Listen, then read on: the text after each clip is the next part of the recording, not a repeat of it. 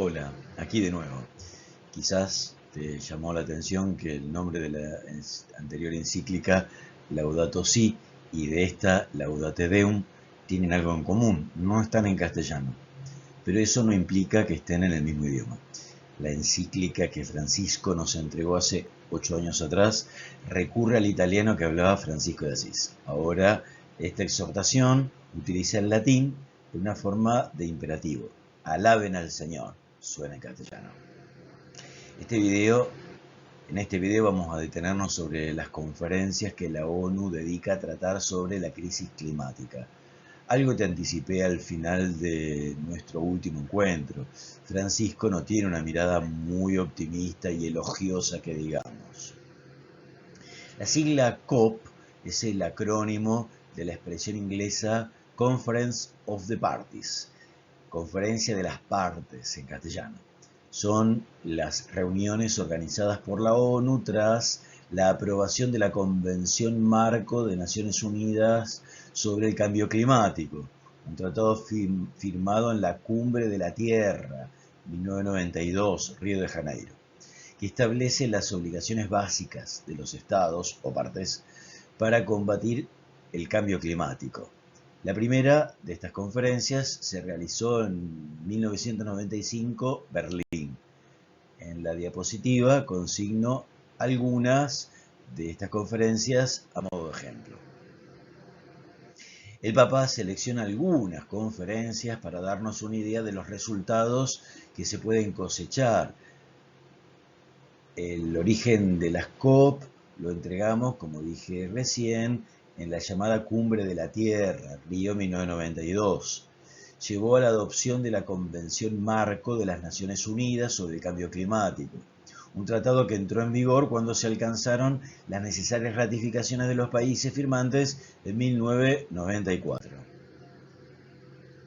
Protocolo que puso como objetivo reducir las emisiones de gases de efecto invernadero un 5% con respecto a 1990.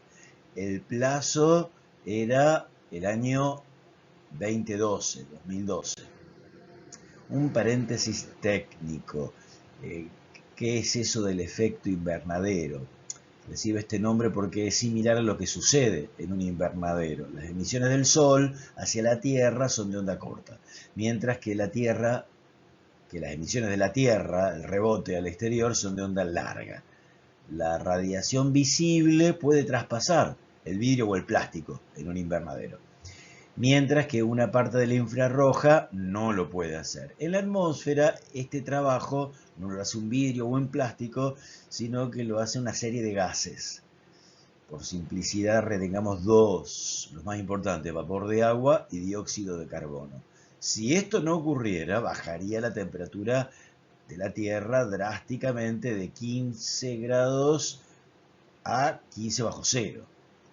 Los gases de efecto invernadero, los GEI, como se suele decir, absorben la radiación infrarroja y se calientan. Es simple.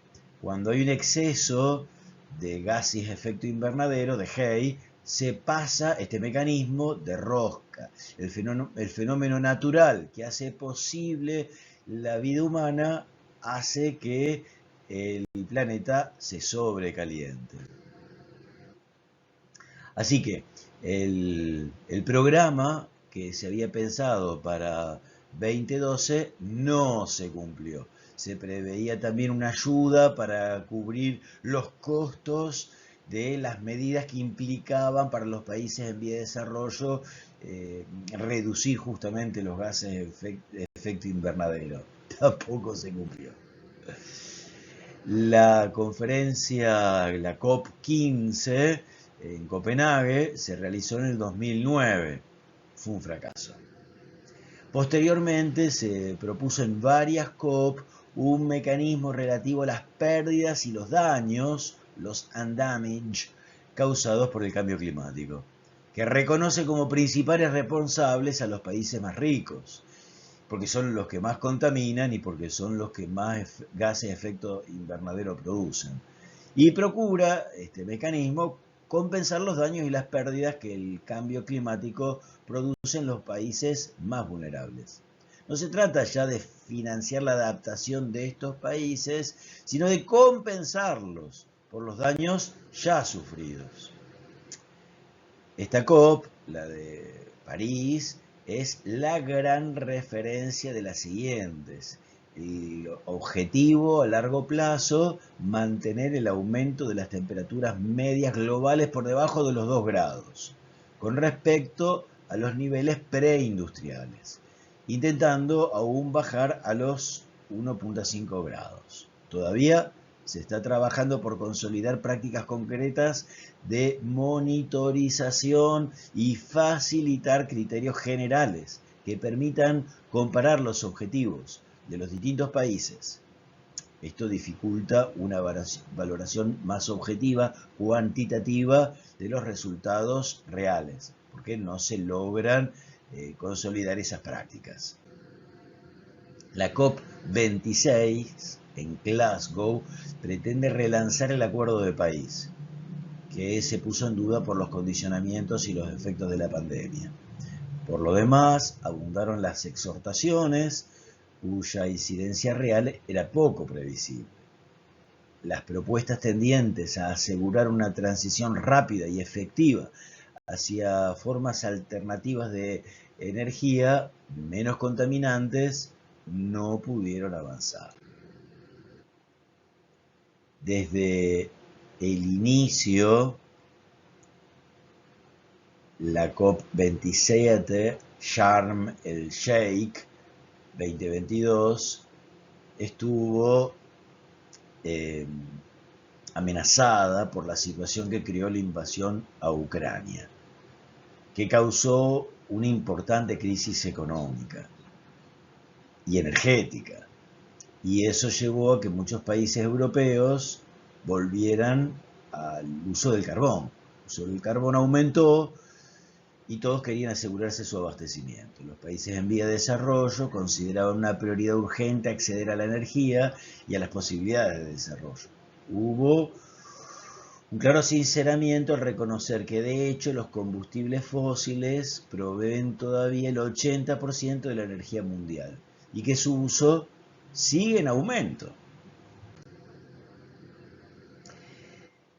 Francisco observa: hoy podemos seguir afirmando que los acuerdos han tenido un bajo nivel de implementación, porque no se establecieron adecuados mecanismos de control, de revisión periódica y de sanción de los incumplimientos. Los principios enunciados siguen reclamando caminos eficaces y ágiles de ejecución práctica. El gran obstáculo es que las negociaciones internacionales no pueden avanzar significativamente por las posiciones de los países que privilegian, sobre todo los más poderosos, sus intereses nacionales sobre el bien común global. Es una especie de tironeo en el cual los países poderosos se quieren quedar siempre con la parte más grande. Francisco, humilde pero valientemente, profetiza: quienes sufrirán las consecuencias que nosotros intentamos disimular recordarán esta falta de conciencia y de responsabilidad. Para cuando el Papa entregó esta exhortación, mes de octubre, estaba en preparación la COP28, la de Dubái. En el momento en que estoy concretando estos videos, la COP Dubái ya se realizó. Pero creo interesante seguir las advertencias del Papa Francisco según las encontramos en su documento. Es lo que vamos a hacer en el próximo video. Chao.